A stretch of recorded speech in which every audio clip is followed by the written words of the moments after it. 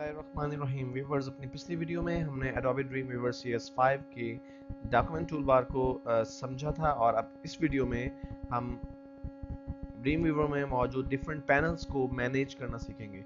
Viewers, किसी भी complicated software में जैसे कि Dreamweaver में बहुत से पैनल्स मौजूद हो सकते हैं और उन पैनल्स को अपने हिसाब से और अपने काम करने की सहूलत की तरतीब से मैनेज करना जो है ये एक आर्ट है।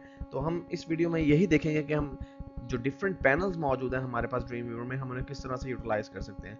व्यूवर्स, राइट साइड पे आपको जो ये प्लेस नज़र आ रही है जहाँ पे आपको डिफरेंट पैनल्स नज़र आ रहे हैं, ये प्लेस कहलाती है dock panel. Viewers, dock panel में बहुत से पैनल्स मौजूद होते हैं। यहाँ पे आप देख रहे हैं जैसे कि इंसर्ट का पैनल मौजूद है और इनमें भी पैनल ग्रुप्स हैं।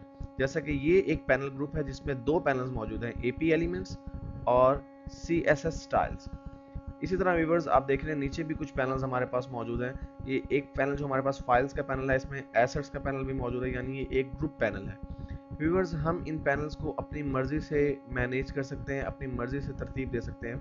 मिसाल के तौर पे आप एपी एलिमेंट को देखें, ये हमारे पास जो पैनल है, अगर हम चाहते हैं कि ये पैनल हमारे पास इस पैनल ग्रुप में मौजूद ना हो तो हम इसके हेड पर, ये जो हमारा टैब है, इस पर कर्सर लाकर माउस का लेफ्ट क्लिक प्रेस रखते हुए इसे अगर हम ड्रैग करेंगे तो व्यूवर्स आप देख रहे हैं कि जो हमारा एपी एलिमेंट्स हैं ये जो है इस पैनल ग्रुप में से बाहर आ गया, ये पैनल हमारे पास। व्यूवर्स, इसी तरह हमारे पास बहुत सारे पैनल्स मौजूद हैं। अगर हम पूरी लिस्ट देखना चाहें कि हमारे पास ड्रीमवीवर CS5 में कौन से पैनल्स मौजूद हैं तो आप विंडोज़ के मेन्यूज़ में जाके देख सकते हैं कि हमारे पास कितने सारे पैनल्स मौजूद हैं। इनमें से जिन पैनल्स के साथ चेक बॉक्स लगा हुआ है, चेक मार्क लगा हुआ है, वो पैनल्स इस वक्त एक्टिव हैं, यानी वो नज़र आ रहे हैं आपको।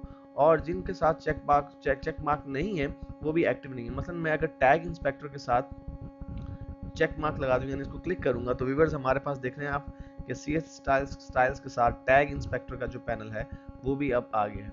व्यूवर्स, इस पैनल को अगर मैं यहाँ से निकालना चाहूँ तो मैं इसके साथ भी वही सलूक करूंगा, यानी माउस का लेफ्ट क्लिक प्रेस रखते हुए मैं इसे ड्रैग करके बाहर ले आता हूँ। और व्यूवर्स, अगर मैं चाहूँ कि टैग इंस्पेक्टर और एपी एलिमेंट्स को मिलाकर मैं अपना एक पैनल बना लूँ तो मैं टैग इंस्पेक्टर के पैनल को ड्रैग करते हुए जब एपी इंस्पेक्टर के पैनल पर लाऊंगा तो आप देख रहे हैं ब्लू कलर का एक बॉर्डर बन गया है। अगर यहाँ पे मैं इसे छोड़ देता हूँ तो व्यूवर्स आप देखिए हमारे पास बेसिकली दो पैनल्स का एक ग्रुप बन चुका है जो कि पैनल ग्रुप है। व्यूवर्स, इस तरह हम अपनी मर्जी से जो है पैनल्स को बना सकते हैं और सिर्फ यही नहीं बल्कि हम डॉक पैनल्स को भी अपनी मर्जी से तरतीब दे सकते हैं। यानी डॉक पैनल से मुराद वो जगह जहाँ पर पैनल्स को रखा जाता है। व्यूवर्स, अगर मैं इस एक पैनल को ड्रैग करते हुए, यानी माउस का लेफ्ट क्लिक प्रेस उसके टैब पर रख के और उसे मैं ड्रैग कर रहा हूँ, बिल्कुल लेफ्ट पे ले जाऊँ तो व्यूवर्स आप देख रहे हैं एक ब्राउन कलर का जो है एक डार्क एरिया हमारे पास अपीयर हो गया। अगर मैं यहाँ पे इसको छोड़ देता हूँ तो आप देखिए कि हमारे पास लेफ्ट साइड पे भी डॉक पैनल अपीयर हो गए, यानी हम यहाँ पे भी अपनी मर्जी से पैनल्स जो है मैनेज कर सकते हैं। अगर आपकी राइट साइड पर जो पैनल्स हैं वो बहुत ज़्यादा हो जाएं तो आप इन पैनल्स को अपनी लेफ्ट साइड पर भी जो है ले जा सकते हैं और यहाँ से आप इन्हें बिल्कुल उसी तरह से वापस दोबारा अनडॉक भी कर सकते हैं, यानी दोबारा से वहां से निकाल भी सकते हैं। तो व्यूवर्स, अगर हम इसे क्लोज करना चाहें तो हम इसको क्लोज भी कर सकते हैं। इसी तरह व्यूवर्स, हमारे पास एक और जो बहुत ज़बरदस्त ऑप्शन है वो है व्यूवर्स इन पैनल्स को कोलैप्स करने का। कोलैप्स करने से मुराद ये कि व्यूवर्स ये पैनल्स जो है वो श्रिंक हो जाएंगे, सिकुड़ जाएंगे। अगर ये CSS स्टाइल्स के पैनल पर मैं डबल क्लिक करूं तो व्यूवर्स आप देख रहे हैं कि वो कोलैप्स कर गया, यानी वो बिल्कुल स्मार्ट सा एक हमारे पास एक आइकन की सूरत में नजर आ रहा है। इसी तरह से हम फाइल के पैनल्स को भी कोलैप्स कर सकते हैं। अगर मैं फाइल्स के पैनल के टैब पर डबल क्लिक करूं, इस तरह से हमारे पास ये जो पैनल्स नजर आ रहे हैं ये बहुत ही एक आइडियल सिचुएशन में हम कह सकते हैं कि थोड़ी सी जगह पे जो है वो हमें तमाम वो पैनल नज़र आ रहे हैं और हमारे लिए कोई जो है ना समझ में आने वाली चीज़ नहीं लग रही इस वक्त हमें, या कोई बिखरा हुआ काम नहीं लग रहा है। इसी तरह हम अपनी मर्जी से पैनल्स को मैनेज कर सकते हैं। इसके अलावा व्यूअर्स, अगर आप टॉप पर देखें तो हमारे पास ये डबल एरोज मौजूद हैं जो कोलैप्स टू आइकन में कन्वर्ट कर देंगे हमारे इस डॉक पैनल को। अगर मैं इस पर क्लिक करता हूँ व्यूअर्स तो आप देखिए कि वो मेरे हमारे जितने भी पैनल्स हैं बेसिकली वो आइकन्स में कन्वर्ट हो गए हैं और उन आइकन्स के साथ भी आप देख रहे हैं कि आइकन्स भी हैं और उसके साथ थोड़ा सा टेक्स्ट भी लिखा हुआ है जिसकी मदद से हम ये समझ सकते हैं